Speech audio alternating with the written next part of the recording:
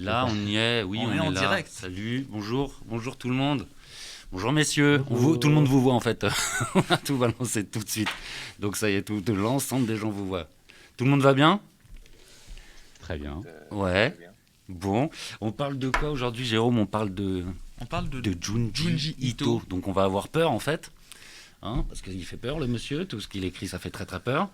Et Euh, dessine. et Tessine, on en parle avec qui? On en parle avec, dans l'ordre. En haut, Sullivan Rouault, Rouault. qui est Bon, l'éditeur de Junji Ito en France. Junji Ito, le Stephen King en gros japonais, ouais, du manga d'horreur. les Et, contes de euh, la crypte japonaise. et Sullivan Rouault est l'éditeur en France de l'essentiel des titres de cet auteur et il participe à son retour en France. On a aussi avec nous Alt236 qui est vidéaste Salut. et qui est un peu le mage noir de YouTube et qui connaît parfaitement tous les grands maîtres de l'horreur. Et on a aussi le dessinateur Johan Sfar avec nous, qui est un grand fan de Junji Ito et qui partage avec lui l'amour des chats. Mais il a un chien. Mais il a un chien avec lui dans son atelier. J'espère qu'il va nous foutre la paix. Le chien, pour l'instant, il dort. On va en profiter. Et alors, si on est là réunis pour en parler avec Nicolas et ce beau panel, c'est parce qu'en fait, Junji Ito, c'est un grand maître du manga, c'est un grand maître de l'horreur, mais surtout cette année en France, c'est très très important pour lui parce qu'il revient en force. Il y a d'abord eu en mars la réédition chez Delcourt de Spiral et Guillot. Spiral, c'est un de ses grands titres. Et Spiral, ça a été un raz-de-marée en librairie, ça a cartonné, maintenant c'est très difficile de le trouver. Et il y a aussi l'autre pendant, c'est le retour, grâce à Mangetsu et Sullivan, de tous les titres de cet auteur qui étaient épuisés depuis des années. Et donc en fait, on est là pour en parler parce que c'est un grand artiste, il faut expliquer pourquoi c'est un grand artiste. Et qui n'était pas assez diffusé d'ailleurs en Voilà. France. Quoi. En France, on a eu quoi? On a eu jusqu'à présent une vingtaine de ses œuvres qui ont été. Il nous en manque quelques-unes quand même. Quoi. Il y en a pas mal Un qui peu sont moins, inédites ouais. en France. Un peu moins, Au ouais. moins, on a une grosse dizaine, quoi. Bon, C'est après, ça. c'est compliqué parce qu'il y a beaucoup de nouvelles aussi, donc de nouvelles qui vont être compilées de manière différente en fait en fonction des époques et tout. Ouais. Mais oui, une quinzaine à peu près sur la grosse trentaine d'œuvres qu'il a produit jusqu'à maintenant. Ok. Ah bah- Ah, il y a The French Phenom 19. Bonjour French Phenom 19 qui nous dit oh, le La trio légende. incroyable d'invités. Et alors, avant de commencer à répondre aux questions, d'ailleurs, poser le plus de questions possible, il faudrait peut-être d'abord présenter l'auteur. Ouais. Qui est-il, d'où vient-il? Et on peut vous laisser la parole, messieurs, pour raconter Ouais. rapidement qui est-il. Ça fait longtemps qu'il est là, Junji Ito. Et en plus, il a un profil assez atypique, non, pour un mangaka. Enfin, je parle sous votre contrôle, messieurs, un peu autodidacte, fondamentalement. Jamais assistant de qui que ce soit, c'est ça? Ouais, tout à fait. Quelqu'un veut en parler ou vous voulez que je me lance? Bah, ce sera toi. Moi, je peux juste caser qu'il était prothésiste dentaire avant de Exactement, c'est ce mangaka. que Voilà, c'est le fun fact. c'est par là qu'il faut commencer, effectivement, parce qu'au départ, il se destinait à une carrière de prothésiste dentaire, du coup, en assistant dans un cabinet au Japon. Et effectivement, il s'est lancé en autodidacte avec un premier titre qui s'appelle Tomie, qu'on réédite le 7 juillet, justement. 7. Et aujourd'hui, il travaille toujours, il ne s'est jamais arrêté, il est staccanoviste. Il est en plus de ça intéressé par toutes les formes de l'horreur et il a à peu près tout essayé. Et effectivement, il est un petit peu en dehors des sentiers classiques du manga, puisque il a surtout été publié par une maison qui s'appelle Asahi Sonorama, qui est du même nom que la bière Asahi, parce que c'est la même chose en fait, qui possède un très grand journal au Japon et qui est spécialisé dans l'horreur via des magazines. Donc aujourd'hui, on le connaît sous le nom de Nemuki Plus, mais qui était un des grands magazines d'horreur auparavant au Japon, enfin qui l'est toujours, hein. Et un petit peu de travail chez les géants côté Shogakukan notamment, donc la maison mère de Shueisha et de tous les héros de manga qu'on connaît aujourd'hui, les Dragon Ball, Naruto, etc. Sullivan, Et, on nous dit que ton son est un peu faible. Ah pardon, bah je sais pas, ouais, alors je m'excuse, autant le dire aux gens, j'ai un gros problème de matos au dernier moment, donc j'essaie d'improviser avec mon téléphone. Je vais parler un peu plus fort, du coup, je sais pas si c'est Ok, un petit cool. peu mieux. Vas-y. Bah, Euh, dites-nous sur le chat, dites-nous. Et mais, poser des questions. Mais voilà, effectivement, Ito Sensei est un peu en marge du monde classique du manga. Et surtout, c'est un auteur qui a été redécouvert en fait ces dernières années. Nous, en France, malheureusement, on a passé quasiment 10 ans sans pouvoir le lire parce que tout était épuisé et pas réédité. C'est aussi la raison pour laquelle je suis allé chercher les droits au Japon l'année dernière. Et en fait, c'est grâce aux Américains, une fois n'est pas coutume, qui l'ont redécouvert il y a je dirais 3-4 ans, en gros, à peu près 4-5 ans, ouais. Notamment en le faisant gagner des prix, d'abord en publiant son travail sur le marché américain. Donc il faut savoir que les Américains publient beaucoup moins de mangas que nous, donc il y a moins de licences disponibles. Donc dès que quelque chose sort, en fait, il a aussi plus de place et plus de chances d'exister. Et ça Et marche donc, aux États-Unis? Ça marche tellement qu'il a même fait numéro 1 des ventes il y a quelques mois, Ah ouais. devant l'Attaque des Titans et compagnie. Donc non, aux Allez. États-Unis, c'est un raz-de-marée. Il a gagné plusieurs Eisner Awards. Cette année, à San Diego, il est nommé en tant que Best Artist. Et donc vraiment, en fait, Ito a été redécouvert grâce aux Américains. Et c'est rigolo parce que, en fait, un personnage comme Tomie n'a jamais été aussi actuel qu'aujourd'hui, alors que techniquement, elle a 33 ans, parce qu'elle est née en 87, un an avant moi. Et c'est dingue parce que même Spiral, on en parlait tout à l'heure, Spiral a été redécouvert par les Américains. Aujourd'hui, il y a beaucoup de projets d'animation aussi qui sont nés des différentes nouvelles de Ito. Il y a notamment une super adaptation de Spiral qui sortira l'année prochaine a priori, qui a l'air absolument dinguissime par un très très grand réel d'animation. Qui est sorti récemment là, qui a l'air incroyable. Tout à fait, ouais. Et puis beaucoup de ces nouvelles aussi qui sont adaptées, donc sur Crunchyroll notamment, qu'on salue bien. Et voilà pour les petites présentations. C'est aussi quelqu'un de très sympa. Il y avait eu il y avait eu des live action il y a très longtemps, non, de tous ces films-là. Et qui n'ont pas laissé un souvenir impérissable, je crois. Écoute, Ouais, tu te garderas bien de. Joker. Moi, je te le dis, moi. Tommy, on va y revenir, mais est-ce que Johan, vous pourriez expliquer parce que c'est vous la personne, tu penses, qui a été le témoin de l'arrivée de Junji Ito en France? Que vous vous souvenez comment vous l'avez découvert en France? Et qu'est-ce que ça vous a procuré comme choc? Moi j'ai toujours aimé les monstres et on n'arrête pas de me répéter que c'est difficile de faire peur en bande dessinée par rapport au cinéma, par rapport au roman, parce que le médium s'y prêterait pas. N'empêche que moi j'ai appris à lire en étant terrifié par des EC Comics ou des EC Comics dernière période qui arrivaient traduits chez nous sous des titres de Il est minuit, l'heure des sorcières ou des choses comme ça. Et ensuite, la découverte de Junji Ito, c'est un choc parce qu'il utilise des objets qui viennent plus du dessin ou de la peinture que de la narration. C'est-à-dire qu'il produit le choc avec une image, donc déjà il réussit à t'entraîner, et ensuite avec des idées, c'est-à-dire je me rappelle d'une nouvelle, mais on pourrait en citer plein d'autres, où une nana a coupé la tête d'un type avec un cheveu, et le type est obligé de se tenir la tête comme ça, parce que si à un moment il lâche sa tête, elle va tomber, il va mourir, et comme si ça suffisait pas, il y a un cafard qui se glisse dans la plaie. Donc il utilise à la fois la sidération de l'image fixe, comme feraient des expressionnistes à la Koubine, ou enfin comme il y avait à Vienne au début du XXe siècle, et l'idée effrayante, c'est plus l'idée, parce qu'ensuite la narration, il y a une limite à ce que peut proposer, c'est vrai, la narration de bande dessinée, parce que tu maîtrises la vitesse du truc, donc à la limite, si tu as trop peur, tu poses le livre. Tandis qu'une idée, quand on te l'a mise dans la tête, ou un dessin, quand il t'a choqué, tu peux pas te le sortir de la tête. Mais d'ailleurs, il est beaucoup copié. J'ai vu les deux films Ça qu'ils ont sortis là, il y a 2 ans. Ils auraient dû créditer Junji Ito, parce que la plupart des images choquantes viennent de son manga. Ah ouais, ça m'est pas frappé. Vous pensez à quoi? Dans la maison, notamment au début, dans le premier. À chaque fois qu'il y a des visages déformés. Ah ouais, si, ouais. Et des personnes qui nagent, qui se le tendent, on est par la fenêtre, il y a une tête au niveau de la fenêtre, il y a un machin, Ouais. il y a peut-être plein de dents qui s'ouvrent. Et ça, c'est malgré lui. Tout ce qu'il dessine fout la trouille. Je crois qu'il a sorti très récemment un livre où il essaye de parler des chats qu'il y a chez lui. Ouais. Donc c'est mignon, il parle des 2 chats de la maison, mais il n'est pas foutu de dessiner un chat mignon. C'est-à-dire quand tu dessines un chat, tu peux plus voir un chat sans avoir peur. Et moi j'adore l'idée du type qui fait peur même sans faire exprès. Ça me plaît beaucoup. Oui. C'est un dessin qui produit le malaise. Et alors il y a un Lyon message ému, de... les chats, on les salue. Oui, on les salue. Alors il y a un message de Andro Tradi qui nous dit GG BFM, quoi j'ai dit ça, de parler de Ito et de l'équipe de fous qui s'occupe de la réédition Benny en France cette année. Donc un fan qui va sans doute acheter toute la collection Mangetsu. D'ailleurs, il y a Rikuro qui nous dit à part Tommy, Sensor, Soichi, quelles œuvres de Ito comptez-vous sortir chez Mangetsu? Bah déjà ces 3 là, c'est déjà un gros morceau.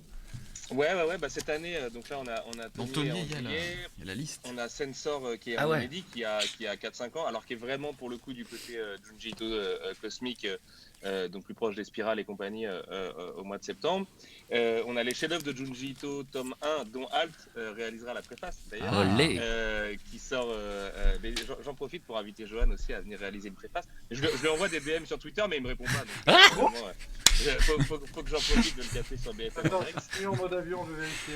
Ah, quel acteur. Et Et c'est quoi les chefs-d'œuvre de Junji Ito justement? C'est Alors, des nouvelles, des courtes nouvelles, un recueil de nouvelles? ouais, en fait, c'est lui-même qui a choisi ses 10 nouvelles préférées pour le tome 1 et ses 10 autres nouvelles préférées pour le tome 2, sachant que le tome 2 a plus un axe shoujo et romance, parce qu'il faut savoir que l'horreur au Japon, la prépublication de l'horreur au Japon, c'est dans des magazines féminins, en fait. Et Ouais. c'est pour un public féminin, et donc du shoujo. Et Tomie, d'ailleurs, est littéralement considéré comme un shoujo. Et du coup, le tome 1 est vraiment sur... Ouais, c'est vrai. non mais oui, c'est vrai, ça date d'il y a quelques semaines. Non, c'est vrai. Bon. Et en gros, le fait que ce soit lui qui ait choisi ses propres nouvelles, c'est cool parce qu'il y a tout un panel. Moi, ce que j'aime dire le chien, Ah, le chien. ce que j'aime dire de Junji Ito, c'est qu'il a un peu inventé l'horreur globale, c'est-à-dire que tout devient de l'horreur chez lui, qu'il est capable de vraiment attaquer tous les genres d'horreur existants, donc du plus, comme disait Johan tout à l'heure, de ses chats jusqu'à Lovecraft, il y a un monde au milieu et tout ça, il va tout traiter. Et donc, en plus, il s'est fait son propre petit sommaire. Donc, il y a la fameuse histoire des ballons qui est très connue, celle du Centipede aussi qui a donné Human Centipede derrière. Mais ça a vraiment donné Human Centipede, vraiment, c'est clairement pris. Pour moi, la filiation est évidente. Enfin, après, c'est une filiation qu'on a quand on observe certains insectes dans la nature, mais je veux dire, quand on lit la nouvelle, il est impossible de ne pas penser à Human Centipede, et comme elle précède Human Centipede, effectivement, bon, bah, on peut en déduire que. Et donc le tome 2, par exemple, il y aura La Femme Limace, qui est un de ses shoujo les plus connus, qui est une de ses histoires les plus marquantes aujourd'hui. Et après ça, on aura Frankenstein, on aura, qui est génial, qui est une vraie relecture pour le coup de Mary Shelley, où il va twister quelques éléments et rendre un truc assez dingue, et en même temps être fidèle à certains aspects, notamment comme ce voyage dans l'océan, dans l'Antarctique, que beaucoup ne traitent pas quand on réinterprète Frankenstein aujourd'hui. Et d'ailleurs, il la connaissait pas, il n'avait pas lu Frankenstein avant de faire ce livre. Après la légende. C'est la légende. Disons que tout le monde connaît le mythe, en sur tout cas. Frankenstein. Après, ce qu'il fait pas, effectivement, c'est de relire très très précisément, notamment sur Osamu Dazai, qu'il a adapté dans La déchéance d'un homme. En fait, il avait jamais lu Dazai avant, et tout le monde croit qu'il y a une filiation évidente entre Dazai et lui, parce que bon, c'est quand même un des romanciers les plus tristes et les plus horrifiques presque, mais même si on n'est pas dans le registre de l'horreur. Et c'est autobiographique d'ailleurs, c'est un truc autobiographique de Dazai, ce roman. Oui, peu. Après autobiographique, je pense que c'est extrêmement romancé, et du coup sous la plume de Ito, ça l'est d'autant plus. Donc en plus, Ito va ramener un côté quasi horrifique dans cette autobio, effectivement. Et il y a un peu de lui même dedans, quoi. Ouais, c'est vrai. Et puis il y a de lui aussi, et il en parle d'ailleurs dans la postface de Tomie, ce qui est cool. Et ça nous permet aussi de renvoyer vers Delcourt, puisque c'est Delcourt qui publie La déchéance d'un homme, qui s'appelle aussi No Longer Human dans l'édition américaine. Et donc oui, on a le journal de Soichi, qui est son autre personnage phare avec Tomie. Avec des belles dents. Avec des clous à la place des dents. On aura Le mort amoureux, un artbook, des adaptations en roman, avec des couvertures inédites qui sont absolument sublimes, qui sont la raison pour laquelle je rêvais de les faire d'ailleurs. Et puis plein de choses. Après, je peux pas encore tout annoncer parce qu'il faut qu'on en garde sous le coude. Déjà là, je viens d'annoncer le planning 2021 et 2022. Et surtout, on aura peut-être une autre petite annonce à faire tout à l'heure. Donc à la fin, on va s'en garder sous le coude un peu. Et Lovecraft, t'en as parlé, Sullivan, c'est une grosse influence. Toi, Alt, c'est palpable, tu trouves dans l'œuvre de Junji? Alors Ito. oui et non. Le non dans le sens où au niveau des setups d'histoire et de l'univers, on est quand même très très éloigné. Dans le sens où, c'est mon ressenti, Junji Ito, et c'est peut-être ce qui fait aussi qu'il est un peu passé sous les radars, c'est qu'il n'y va pas du tout frontalement. C'est une horreur qui fait naître du quotidien, d'une espèce d'étrangeté liée à tes voisins, liée à quelqu'un à l'école où il se passe quelque chose. Ça commence dans quelque chose d'assez social, de pas du tout. C'est pas une base spatiale, c'est pas une ruine abandonnée. Il y a toujours un début comme ça qui est de l'ordre du quotidien et qui du coup décuple la terreur dans laquelle... et puis ces personnages sont souvent assez délicats, ils sont plutôt...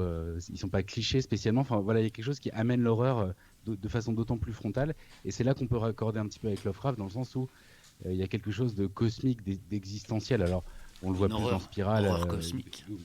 Ouais voilà, on le voit plus dans Spirale que dans d'autres choses, parce que par exemple... Remina aussi un petit peu, pour moi Remina c'est vraiment la série Z, mais... Dans Remina, même dans Gyo, à la limite, avec ces animaux qui sortent de l'océan, voilà. Mais il va twister avec des jambes en métal mécanique, ce que n'aurait pas fait Lovecraft. Quoi. Mais voilà, il y a quand même cette capacité de puissance comme ça, d'évocation, d'horreur existentielle. Alors, à l'inverse que Lovecraft marche beaucoup à l'écrit, donc sur ce fameux indicible, alors que Junji, comme disait Johan, fait la planche, quoi. Et il arrive à montrer l'immontrable. Et c'est là, je trouve qu'il est vraiment terrifiant. Et puis, quand on lit un petit peu dans les éditions, on a parfois un petit texte de Junji Ito qui explique comment il a eu l'idée, par exemple, de ces... et ça part toujours de lui dans son bureau qui pense à un truc, qui télescope avec la dernière émission qu'il a vue, et il va puiser directement la corde de terreur qui peut se trouver là-dedans. J'ai un exemple qui me vient en tête dans les chefs-d'œuvre de Junji Ito. Il y a une histoire qui est peut-être celle qui me terrifie le plus, avec des marionnettistes. Et en gros, il avait eu l'idée, donc c'est sur, je spoil pas, mais c'est sur l'idée de faire une marionnette humaine, quoi. Voilà. Sauf que il apporte un twist absolument génial et bien plus terrifiant que ce qu'on peut imaginer.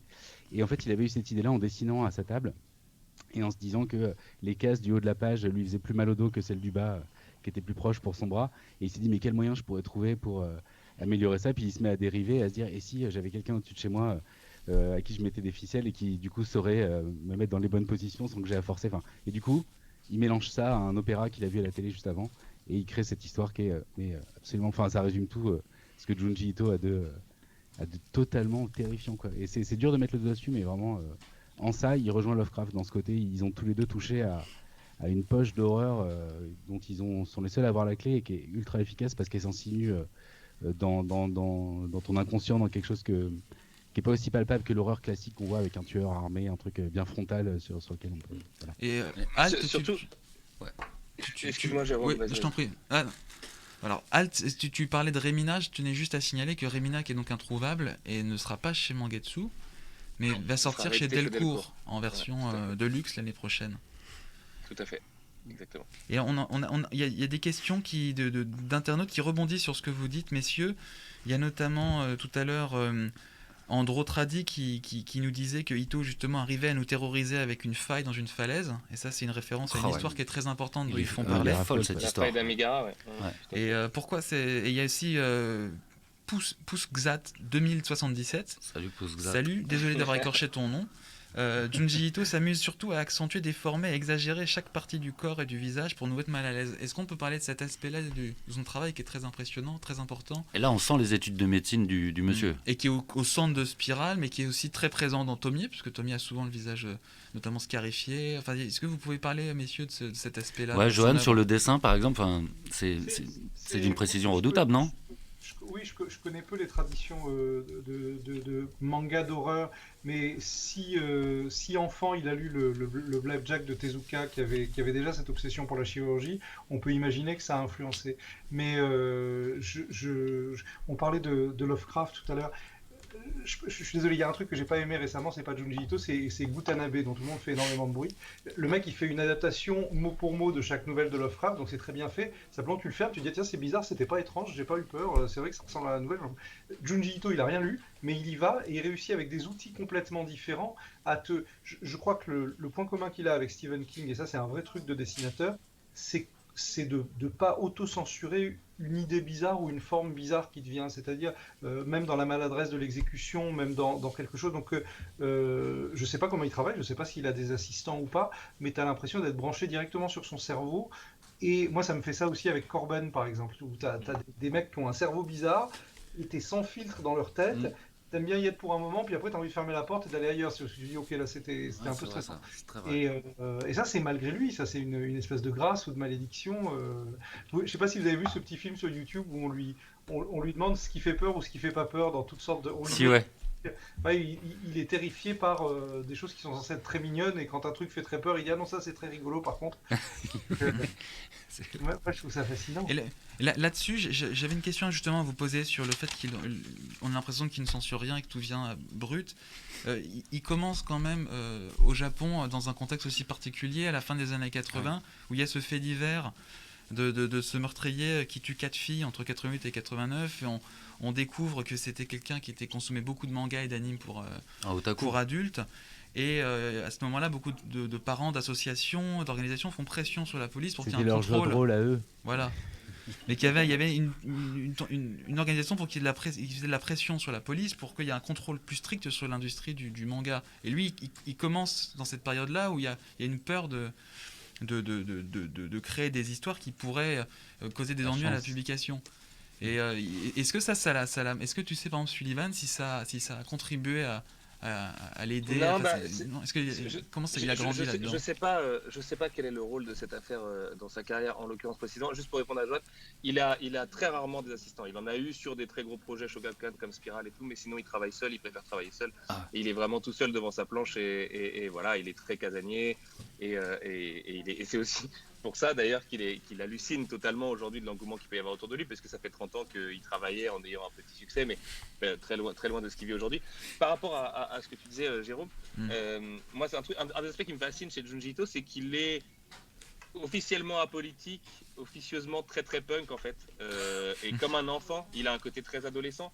Même d'ailleurs là où il puise l'inspiration pour ses différentes histoires d'horreur, il y a quelque chose d'assez enfantin, de pur, et qui est d'autant plus dérangeant quand on tourne les pages et qu'on voit la somme d'idées et de mash-up d'idées qu'il peut avoir à droite et à gauche. Mais en bon japonais, c'est vrai que voilà, il s'engage pas politiquement à travers ses histoires et tout. Mais en creux, tu arrives à lire quelques trucs et tout, notamment sur la liberté d'expression, parce qu'effectivement, il est dans un genre qui est relativement censurable, en tout cas, à défaut de l'être. Et comme disait Johan, il ne pratique pas d'autocensure, il va au bout de ses idées, même quand elles sont extrêmement crades. Il le dit lui-même, hein, il y a des planches, il a vraiment du mal à les dessiner parce que c'est vraiment crado, et dessiner une BD, les gens ne savent peut-être pas, c'est très très long à faire, et on passe beaucoup d'heures sur une seule et même planche, ou sur une seule et même juste scarification d'un visage par exemple, et il est souvent assez gêné, et en même temps, ça le fait frémir un petit peu parce qu'il y a cet interdit, parce qu'il y a cette façon de provoquer aussi à travers ça, qui rentre un peu en opposition avec son inspiration très enfantine. Et moi, c'est un des aspects que j'aime le plus chez lui, c'est que j'ai vraiment l'impression de voir un grand enfant qui s'amuse, à qui on a dit vas-y, éclate-toi, et qui n'est jamais allé trop loin, ou qui en tout cas a un contrôle. C'est très fort aussi chez lui. Alors, il a un contrôle absolument parfait de son rythme et de son dessin. C'est un grand enfant, mais il faut quand même le préciser aussi, c'est quand même un univers qui est extrêmement cruel. Et les personnages sont souvent victimes d'accidents hyper malveillants et souvent très gratuits. D'ailleurs, il y a Antonin qui nous demande vous conseillez de commencer avec quoi? C'est dur de répondre à cette question, non? Alors moi je vais prêcher pour ma paroisse, mais parce que j'ai une bonne excuse. Premier étant son tout premier travail, et ça l'a poursuivi pendant 25 ans, du coup, enfin au moins 20. L'avantage avec Tomier, c'est qu'on voit son évolution entre le tout premier chapitre qu'il a jamais publié, qui est l'intro de Tomier, et le Junji Ito du début des années 2000, qui est un peu son prime, comme disent les jeunes, où c'est l'époque où il va sortir Spiral notamment, il va en finir avec Tomier, où il en a quasiment fini avec Soichi et autres. C'est vrai qu'il y a des moments de grâce dans Tomier, il y a des moments de grâce, quoi. Le peintre, le peintre, dans la montagne, c'est. Mais là, moi je trouve que là, il est à son summum en termes de dessin, quoi. Alors, la montagne en termes de dessin, le mout. Le mout, elle est folle cette histoire. Le mout, c'est dingue. C'est n'importe quoi. Précisons mais des quand fois, même tu te que demandes dans Tomier quel. Sort le 7 juillet. Oui. On ne peut pas l'acheter en librairie aujourd'hui. Sort le 7 juillet. C'est bien. Commencer par Tomier, voilà, c'est bien. Et Spiral. Alors Spiral, on rentre facilement dedans quand même. Hein. Qu'est-ce que tu dis, Alt? J'ai commencé par Spiral, par exemple. Ouais, moi aussi. Et Alt aussi, je crois. Après, non, moi j'ai pas commencé par Spiral. Ah non, toi c'est Black Paradox. C'est Black Paradox. Ah ouais. Et si parce que c'était pas accessible et que les scans que j'avais téléchargés, ça commençait par Black Paradox, donc je me suis dit je commence par le premier, et je me suis pris la plus grande claque de l'univers parce que Black Paradox est vraiment très étrange, et ça fait pas 700 pages. Du coup, si vous êtes un peu refroidi par le côté gros pavé chez les deux, comme ça on est au milieu. Commencez par des nouvelles.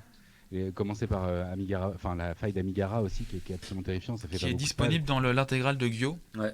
Gyo qu'on peut encore trouver en librairie, contrairement à Spiral, puisque Spiral a déjà épuisé ses deux premiers tirages. Il y a une réimpression en cours. Il faut en profiter. Sullivan, tu peux en dire peut-être quelques mots. C'est que Tomier va falloir. Pas des réimpressions, non. Non, mais en tout cas, Tomier, il va falloir se le procurer assez rapidement parce que il risque d'être très demandé.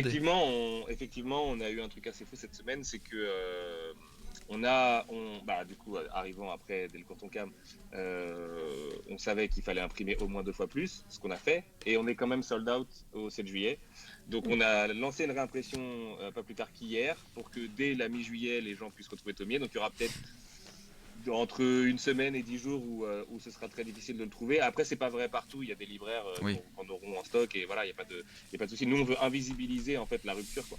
Mais de manière très technique, en gros, les libraires qui auront épuisé leur stock le 7 juillet ne pourront pas le recommander jusqu'à mi-juillet, quoi. Donc, il faut effectivement être un peu au taquet. Après, normalement, il y en aura pour tout le monde. Et franchement, si on arrive à écouler les deux impressions, je ne sais plus quoi dire. C'est que Ito a vraiment changé de dimension. Parce que, pour vous donner une idée, je ne peux pas trop parler de chiffres exacts, mais aujourd'hui, l'impression de Spiral représente 2 fois plus que les ventes. Oui. Non, la première impression de Tomier, pardon, représente un peu plus de 2 fois plus que les ventes de Spiral dans l'édition d'il y a plus 8-9 ans, quoi. Donc oui, il s'est passé quelque chose. Il se passe Oui, quelque chose, très chez clairement, Delcourt, il a vendu autant de Spiral aujourd'hui que sur toute la période depuis 2000. Tout à Quoi. fait. Tout à fait. Et les deux sont vraiment les deux titres de phare de Ito. D'un côté Spiral, qui est sûrement son plus grand classique, ça j'ai aucun problème à le reconnaître. Et en deuxième, Tomier. Et après viennent toute la myriade et tout le reste. Mais en fait, ce que je veux dire là-dessus, c'est que le reste est presque mieux que Spiral et Tomier. Parce qu'en fait, Spiral et Tomier, c'est des super points d'entrée, c'est des super gros C'est des bouquins chefs-d'œuvre. Tu vois, Ouais, mais il y a un côté un peu massif dans le chef-d'œuvre, un peu indigeste aussi, tu vois. Il y a c'est exactement. charmé, mais les nouvelles, t'as plus d'affection, elles sont plus courtes, mais elles te mettent plus cher. Enfin, il y a un truc très bizarre. Pour moi, c'est le plus grand auteur de nouvelles d'horreur.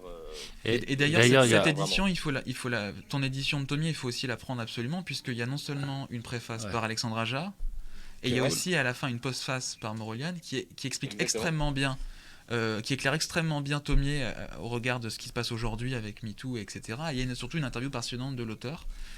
Et pour répondre à une question de Tristan 847, Salut, Spiral Tristan. sera réédité. Salut Tristan, ce sera réédité très, très prochainement chez Delcourt. Ils n'ont pas de date, mais bientôt il y aura du nouveau stock. Et il y a Bala Duranda là qui fait une grosse dédicace à Alt qui dit salut Alt, l'homme à la voix la plus incroyable du Twitch game. Eh oui. Alors, Bienvenue dans Mythologie. standard. J'ai mis très mal. Dédicace à toi, salut. Salut, voilà. Salut, c'est Alt. Et il y a Arleslie, c'est bien. Salut Arleslie. Qui dit c'est archi compliqué à adapter en français, non? C'est pas facile. C'est clairement pas simple. C'est En pour plus, ça vous que avez j'ai tout fait appel retraduit, à- vous, je crois. Effectivement, on retraduit tout, on a tout relettré, on a refait tous les onos parce que jusqu'à maintenant les onos étaient Les passés onomatopées. pour remplacer, les onomatopées, pardon, donc c'est dessins japonais en lettrage. Toi, tu Et vous les gardez. On les garde et on les double en français, en Voilà. fait. C'est-à-dire qu'elles On sont peut aussi à recréées côté, avec le même effet à côté en français. Et moi, ça me semble hyper important. Enfin, c'est une des bases. On fait ça avec tous nos mangas, hein, c'est pas uniquement du Oui. Tito. Par contre, la retraduction, effectivement, respect aux traducteurs qui sont passés auparavant.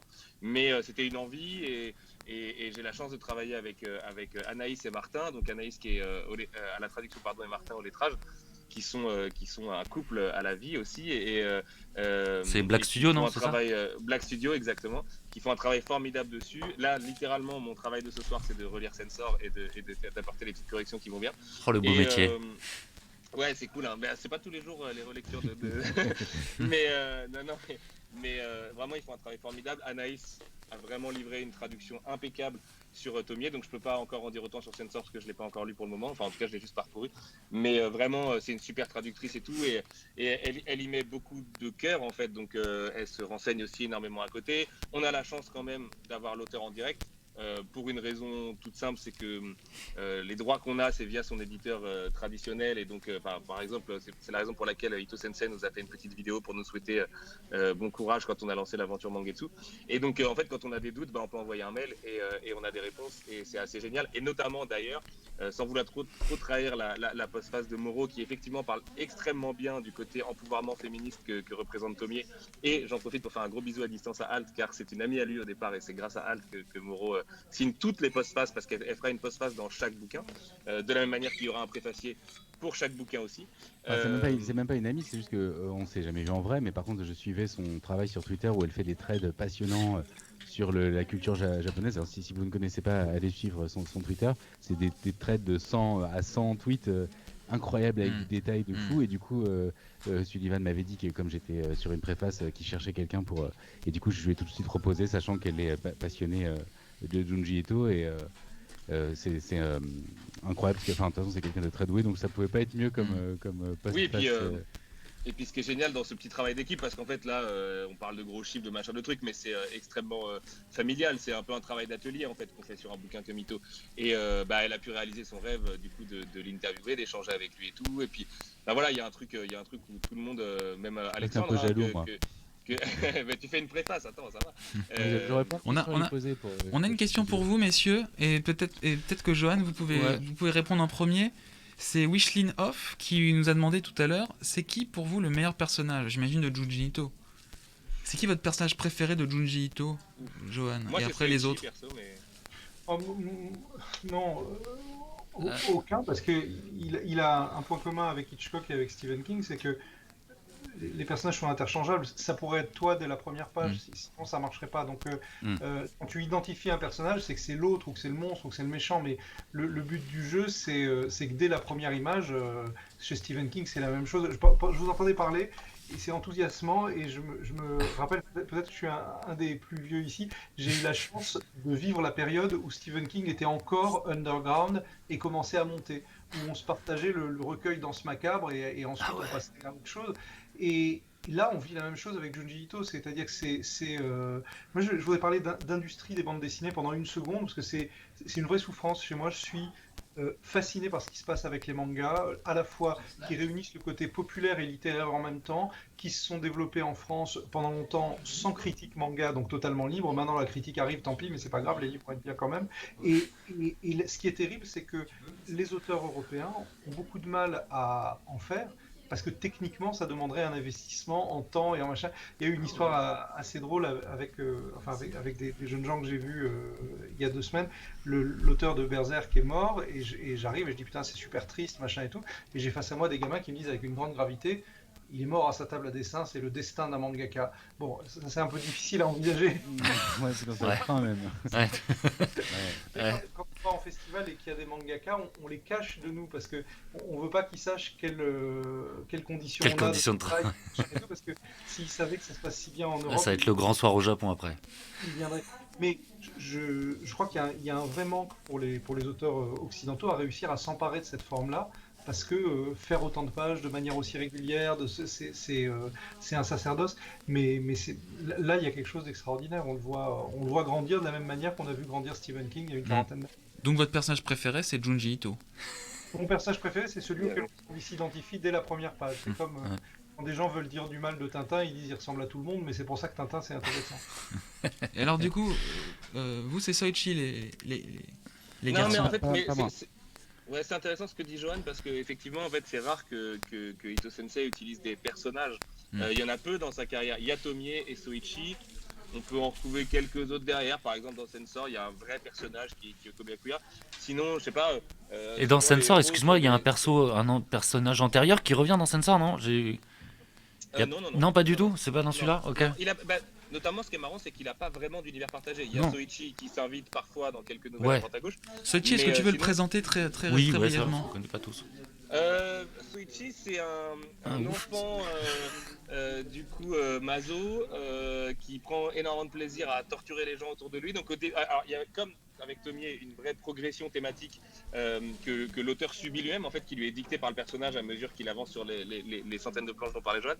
Et donc au départ, le gamin il aime bien, je sais pas, jeter des cailloux sur sa mère, juste faire des trucs un peu sadiques tranquilles quoi. Mais au bout d'un moment il devient... Johan, il a un devient- sourire de ouf. Et au bout d'un moment, ça devient vraiment complètement barré.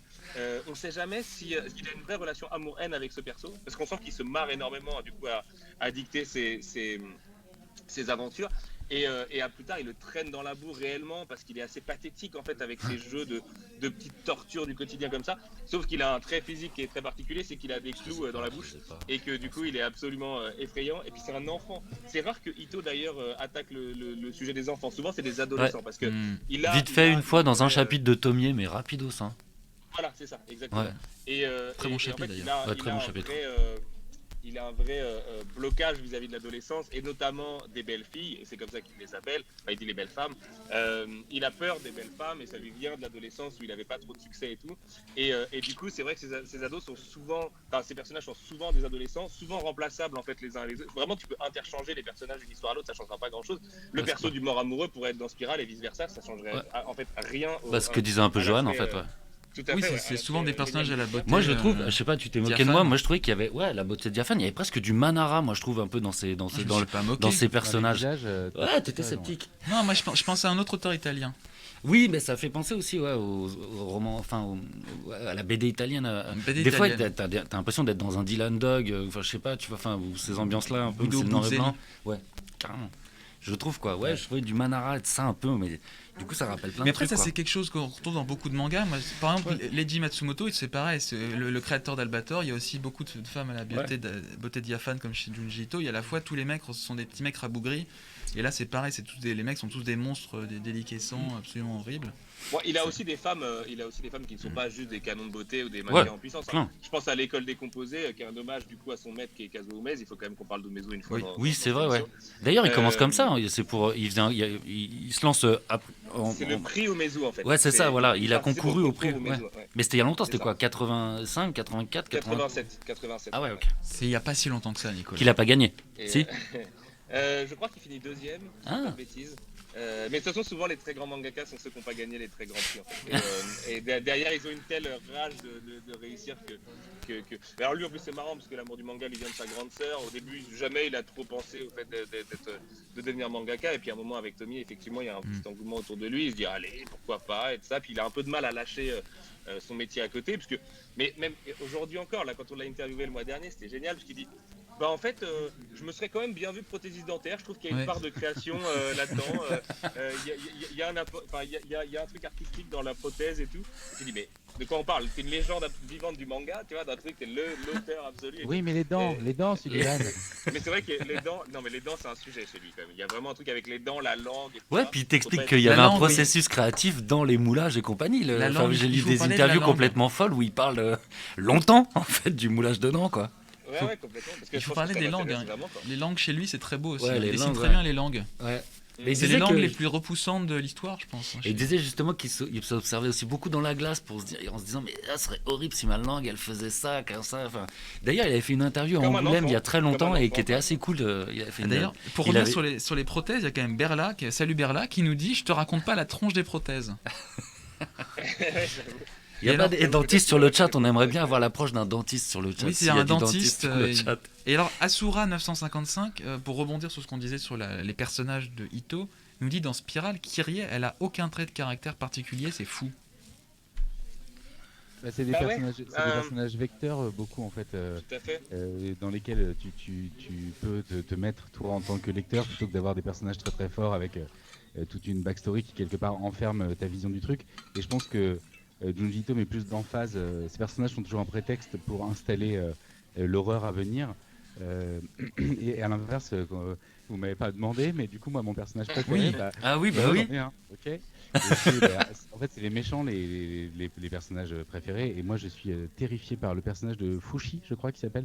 Fushi. C'est une mannequin Oui. absolument immense, qui fait 2,50 m et qui est donc très maigre avec un corps de mannequin et tout, mais qui a un visage presque un peu le visage de Junji Ito déformé en beaucoup plus oblong.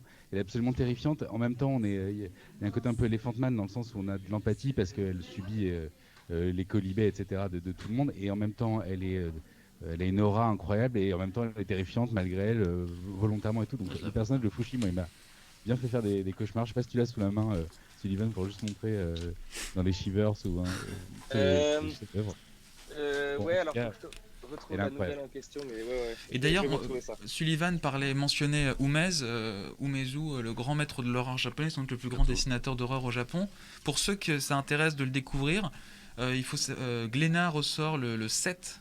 Voilà, Sullivan montre un bel ouvrage d'Umez. Elle est incroyable. Ouais.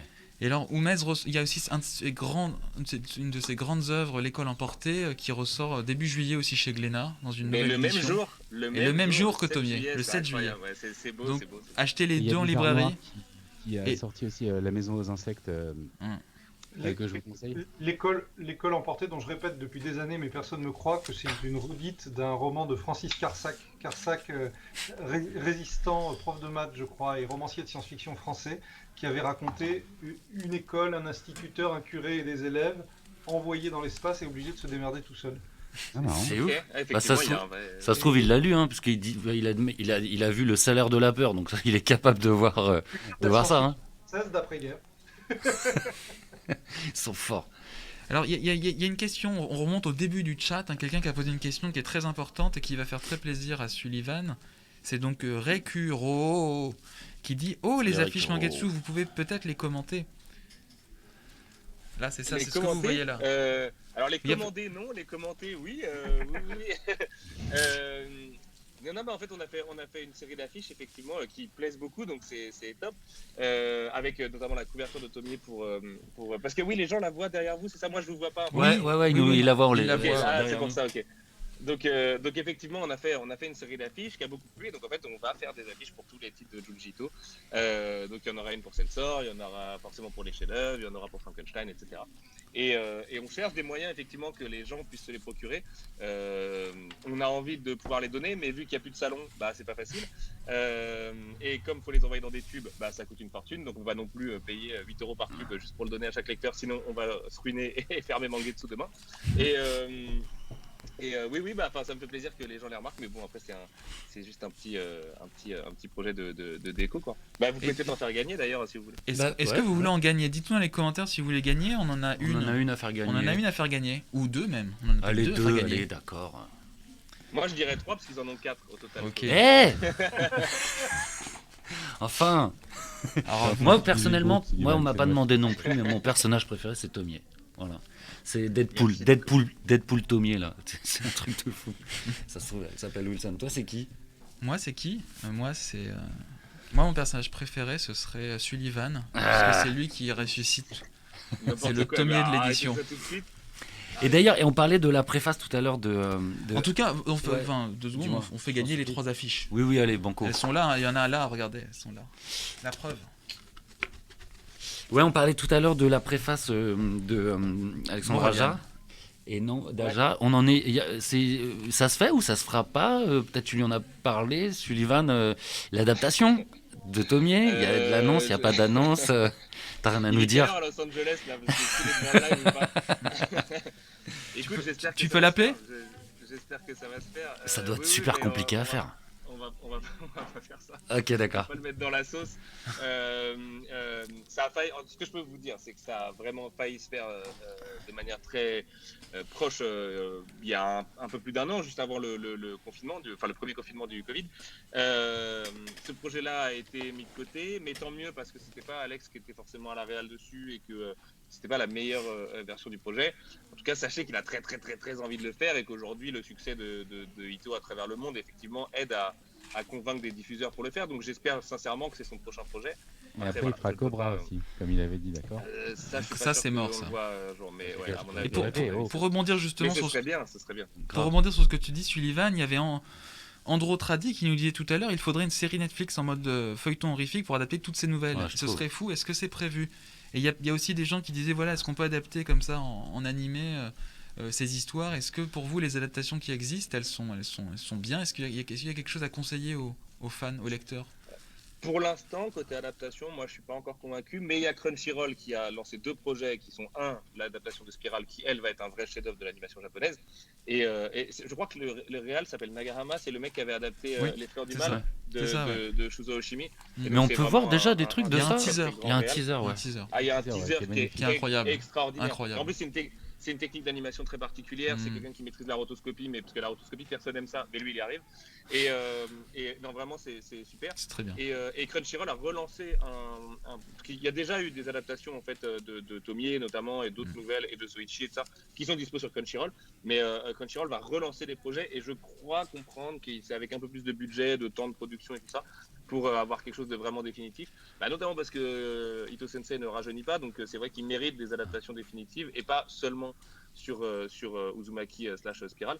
Et oui, je suis assez d'accord sur le fait qu'une série télé Netflix, ce serait pas mal. Après, je pense que aussi Pour toi aussi, ce serait pas mal. Oui, bah évidemment, en tant qu'éditeur, tu vas jamais cracher sur une Et alors adaptation animée. Et Johan, ça vous paraît chaud à adapter Mais- l'univers? Non, d'autant moins qu'il y a déjà des œuvres de cinéma et de télé qui sont ouvertement inspirées de Junji Ito. Si on C'est voit clair. le film Mama avec, je sais plus son nom, on s'en fout. c'est pas le Jessica sujet. Chastain. Ouais. Guillermo del Toro. C'est ça. Qui est de Guillermo del Toro. Le fantôme, Jessica Chastain. le tableau avec la tête tordue, le machin, c'est des choses qui viennent vraiment de chez lui. Et il y avait une série récemment qui s'appelait Hemlock Grove. Je sais pas s'il avait vu. Je crois que c'est Eli Roth qui était dedans. À un moment, il y a une adolescente qui est immense, dont la tête va jusqu'au plafond, Ah bah et elle voilà. a toujours la tête comme ça les cheveux. Et il y a un moment, on apparaît, on voit sous sa tête, et on voit pas très bien ce qu'il y a, mais il y a vaguement deux yeux globuleux et tout.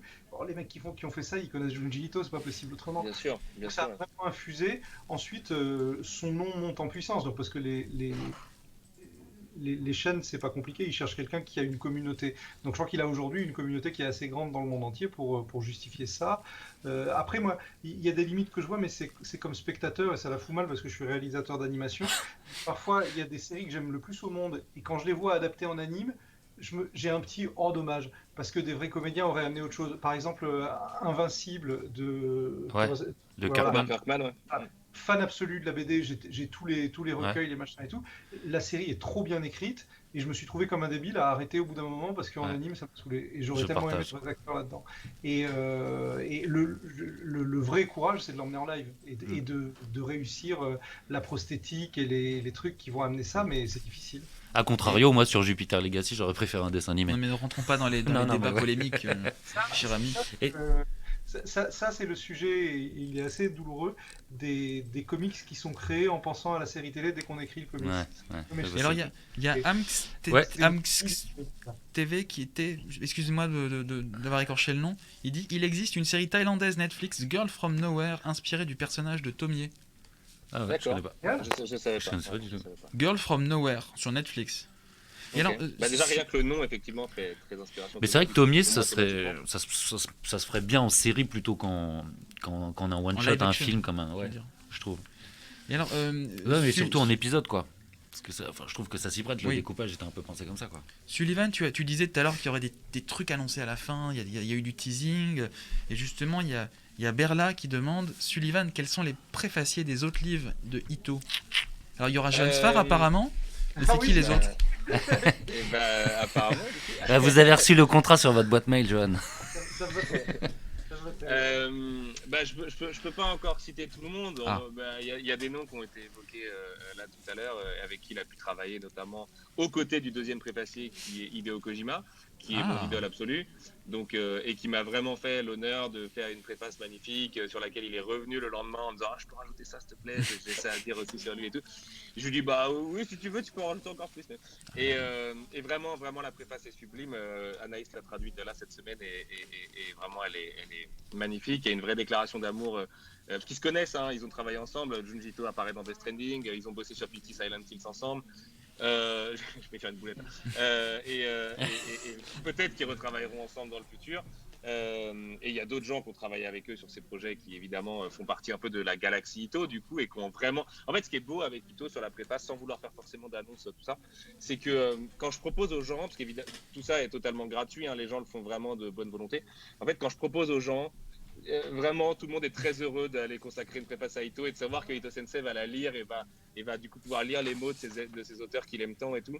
Mais ça me fait penser un petit peu à Del Toro quand il avait fait une déclaration d'amour à Johan il n'y a pas très longtemps, de ses connexions artistiques en fait, où bah voilà, entre artistes ça fait plaisir et nous on est des passeurs du coup et voilà, moi je suis vraiment content de leur donner l'occasion de se parler, de se répondre les uns les autres. Donc bah, il y aura Alt 236 sur les chefs-d'œuvre de Junji Ito tome 1.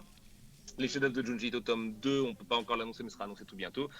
Et puis après non, il y aura plein d'auteurs. Je préfère pour l'instant pas trop le dire. Bah, déjà Kojima, je l'ai lâché un peu trop tôt, alors du coup je m'en veux. Je me dis on aurait pu faire un gros reveal et tout. Mais non, le but c'est vraiment de garder ça aussi dans les livres. Par exemple, on en parlait hier soir dans l'émission de Mangetsu, mais les préfaces seront jamais diffusées gratuitement sur le net parce que je pense que c'est un des vrais cadeaux, notamment parce que en fait il y a beaucoup de rééditions aussi avec Ito Sensei. Alors Sensor c'est un inédit que personne n'a lu en français pour le moment, mais il y a beaucoup de rééditions, donc en fait j'ai envie que les gens qui achètent la réédition, certes parce que c'est un beau livre dans lequel nous on va mettre beaucoup d'effets et tout ça, et aussi un vrai bonus unique à l'intérieur, et ça passe par la postface enfin par la préface puis la postface, et j'ai vraiment envie que ça soit dans toute la collection qu'on va faire. Non, par contre en petite annonce, ce qu'on peut vous dire c'est que on travaille très fort à le faire venir en Europe et en France, avec une très belle exposition. Moi, j'ai eu la chance de voir des originaux de Ito Sensei à Tokyo et vraiment, c'est extraordinaire. C'est parce que depuis tout à l'heure, on parle de ses idées et tout, mais on oublie à quel point c'est un mangaka génial en fait. C'est-à-dire qu'en termes de découpage, en termes de rythme, en termes de cadrage et tout, c'est un vrai génie. Et d'ailleurs, c'est marrant, dans le premier chapitre de Tomie, il tente des choses qu'il a jamais retenté derrière dans sa carrière. Donc ça veut dire qu'il en a encore sous la pédale, mais qu'il a vraiment créé son style derrière et tout. Et ses originaux sont bouleversants, quoi. Ça a quelle taille ces pages? C'est de l'A3, un peu moins, page, planche de manga assez classique. Mais vraiment, les voir de ses yeux, c'est absolument bouleversant. Je pourrais poster des photos, si vous voulez, tout à l'heure sur Twitter là, de l'expo, qui sont vraiment... Moi, j'ai eu un espèce de petit syndrome de Stendhal avec ma femme devant. En plus, j'ai une femme qui n'est pas forcément hyper lectrice de manga et tout, mais qui est fan hardcore de Junji Ito, et je lui avais promis à l'époque, je te jure ma chérie, j'irai publier Junji Ito un jour et tout. Alors, Sully, il y a quand même quelqu'un qui, il y a Seb 2012 qui dit je viens clairement à Paris pour une expo Ito, mais il me semble que c'est pas forcément à Paris que ça va se jouer cette affaire. C'est compliqué pour l'instant, il est tôt pour en parler. Disons que c'est pas simple en fait de créer une expo de Junji Ito, parce qu'en fait là on est entre nous, on a l'impression et on se le dit que le mec est super connu et tout ça, mais en fait ça reste très niche. Et c'est un peu le même problème que le cinéma d'horreur en France, c'est-à-dire que tout le monde aime ça mais personne veut mettre d'argent. Donc et monter une expo, ça se fait avec des sous. T'es d'accord, Alt? On le vit au quotidien. On le vit au quotidien tous les trois, je pense. Du coup, c'est vrai que Paris, c'est hyper cher. Donc, s'il y a des galeristes ici qui m'entendent, proposez-vous. Parce que sinon, effectivement, il y a des chances qu'on aille à Lausanne. Parce qu'à Lausanne, on a la chance d'être accueillis et de pouvoir faire venir. En fait, il y a une expo à Hong Kong qui a eu lieu à Hong Kong, qui est extraordinaire, avec de la VR, des reproductions taille réelle aussi, des giclées, de la digigraphie, des planches originales. Enfin, vraiment l'expo de rêve pour tous les fans de Ito, que je rêve moi de faire venir en Europe. Donc j'ai pris contact avec les personnes qui s'en chargent. Et Ito Sensei, lui, a envie de venir. Vraiment, je peux vous le dire, il a très très envie de venir voir son lectorat français. Et voilà, maintenant il faut qu'on fasse rentrer parfois des ronds dans des carrés et qu'on prenne aussi les intérêts des uns et des autres. Ce qui est certain, par contre, je vous rassure, c'est pas parce qu'il y a une expo à Lausanne qu'il n'y aura pas de passage en France. Même si l'expo est à Lausanne et reste à Lausanne, parce que aussi la déplacer, c'est évidemment beaucoup de coûts et c'est compliqué. On peut pas faire une expo itinérante parce que rien que des originaux de Ito, le moindre original perdu, vous imaginez pas le scandale. Mais par contre, il y aura des dédicaces dans des librairies indépendantes. C'est chez des gens qui aiment Ito depuis longtemps et tout, aux quatre coins de la France. Alors, on ne pourra pas faire toutes les villes, hein, parce qu'un mangaka, on peut lui faire 4, 5 librairies à peu près, pas beaucoup plus. Mais on va essayer de faire une belle étoile en France et que tout le monde puisse avoir une date assez proche de chez soi et de réaliser le rêve de plein de gens. Effectivement, la perte de Miura, vous en parliez tout à l'heure. C'est pour moi Miura, c'est le géant parmi les géants absolus. Et en fait, faut aussi faut en profiter. Aimons-les vivants, ces auteurs. Faut les chérir. Et c'est important. Beaucoup vieillissent. Arrêtons je pense à Akira Toriyama. Arrêtons d'esthétiser le crunch. On commence à se le poser dans le jeu vidéo, mais comme disait Joël tout à l'heure, mais il y a aucune beauté dans le fait d'user des gens à la tâche, comme quand même ça se fait dans le manga. Donc ça, faut quand même interroger aussi cet attrait d'héroïsation comme ça de process qui sont quand même assez inhumains. Faut quand même pas l'oublier. Mais c'est ce que les gamins apprennent quand ils lisent des mangas comme Bakuman ou des choses comme ça. On t'apprend que le mec qui se rend malade, c'est celui qui va réussir. Alors en fait, il y a une notion de plaisir aussi. Mais là, vous mettez le doigt sur quelque chose de très important, c'est l'historiographie de ces œuvres d'art. C'est-à-dire qu'aujourd'hui, il y a un marché de la planche originale qui rapporte beaucoup d'argent, mais il y a très peu d'acheteurs. Et il n'y a pas d'historiographie, c'est pas des galeries d'art contemporain qui le font, c'est pas accompagné du corpus qui va donner du crédit. Donc on peut avoir des auteurs qui ponctuellement vont faire une grosse vente, mais pas assez pour justifier des expositions régulières, des trucs. Et c'était émouvant d'ailleurs de voir Chris Ware qui a eu son prix à Angoulême hier et qui a dit mais aux États-Unis les comics sont même pas considérés comme des œuvres d'art, ce qui est pas totalement vrai parce que le marché américain est bien en avance sur le marché français et y compris mais on voit bien que ni au Japon, ni aux États-Unis, ni en Europe on est parvenu à parler simplement, parfois de manière universitaire, parfois comme de l'art contemporain, de ces créations. Et tu as raison, c'est des gens qui sont vivants, c'est des gens qui produisent une œuvre, et c'est aussi pour penser aux gamins qui arrivent et qui font faire ce syncrétisme, parce qu'aujourd'hui les gosses qui arrivent, ils se disent plus manga, comics ou machin, ils racontent avec des images, avec toutes leurs influences, mais s'ils en font un jour un métier, ils méritent que ce soit pas un métier de merde, tu vois. Lorsque j'ai commencé, je me rappelle tous ces auteurs français, mais beaucoup belges, que j'admirais énormément, et que je voyais se faire humilier par leurs éditeurs ou se faire maltraiter, et qui n'avaient même pas l'idée de réagir parce qu'on les avait éduqués dans l'idée que l'éditeur, c'est la personne face à qui... alors au Japon, tu multiplies par 10. Moi, quand j'avais visité des studios d'animation japonais quand j'étais là-bas, les conditions dans lesquelles travaillent les gens, et on dirait que plus ils sont talentueux, plus ils travaillent dans des conditions insupportables. Tu ferais ça à un animateur français, tu aurais le feu dans ton studio le jour même. Et c'est des sujets... et je crois qu'il faut en parler aussi au lectorat, parce que c'est s'il y a une volonté collective que ces choses-là... T'as raison, faut pas héroïser le fait que des auteurs soient dans la misère. Et alors, sans non plus penser que c'est un truc systémique absolument partout, parce que par exemple Ito Sensei le dit, lui il travaille à son rythme et ça va, hein, enfin vraiment parce qu'il est en marge et donc il a cette liberté aussi, parce qu'il fait pas partie des très très gros magazines de publication qui doivent rendre 24 pages par semaine, ce qui paraît complètement fou quand on y pense comme rendement, même avec des assistants, et il y a des auteurs qui s'en sortent. Mais c'est culturellement ancré quoi quand même.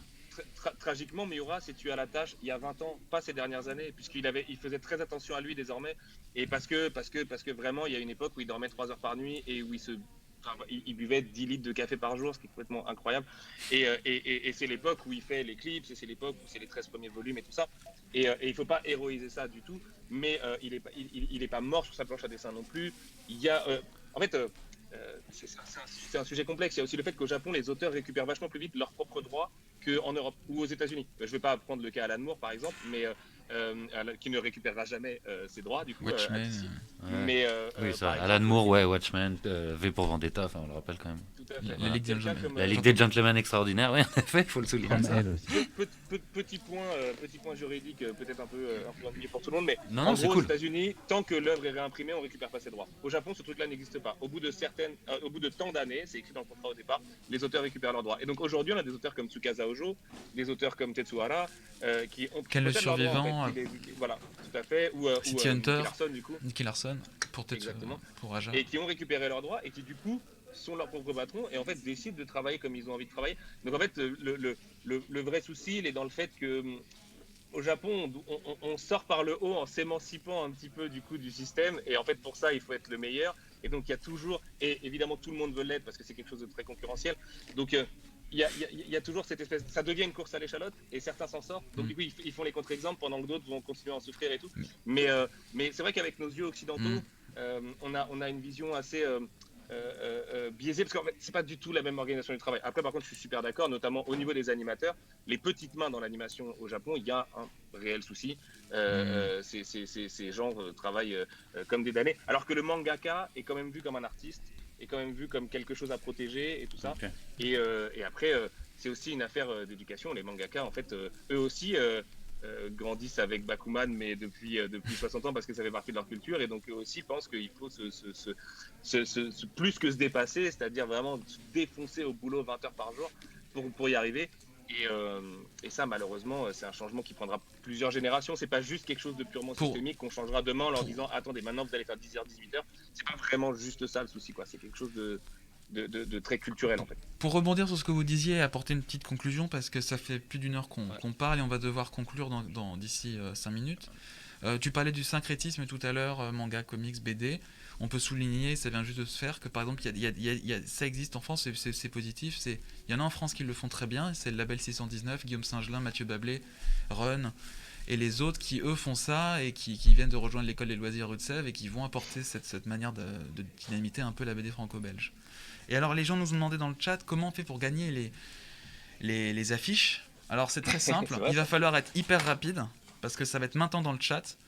Les 3 premières personnes qui seront capables de nous dire en quelle année a été publiée la première histoire de Thomier remportent une affiche. Les 3 premiers, donc c'est maintenant et on prendra les 3 premiers. Donc on y va et vous allez avoir une belle affiche. Boum, c'est bon. Je profite de cette petite minute que nous avons ensemble pour vous annoncer, surprise, que nous allons faire un autre live la semaine prochaine, vendredi. Ah oui, oui. Ah oui, à 14h. Un classique. Sur Saint Seiya et les Chevaliers du Zodiaque pour faire plaisir à mon copain Nicolas. Et en fait, on va être avec Jérôme Alquier Jérôme Alquier qui est dessinateur de BD et qui en fait reprend les Chevaliers du Zodiaque en France pour une BD et qui va nous montrer en direct la semaine prochaine des planches inédites de l'album qui sortira l'année prochaine et il nous dessinera en direct des personnages du manga. Et ça va être très très cool. Et on a aussi avec nous un spécialiste de la série qui est la chaîne Nébulaire. Donc ce sera à 14h, même configuration, nous deux. J'aurai peut-être un autre t-shirt.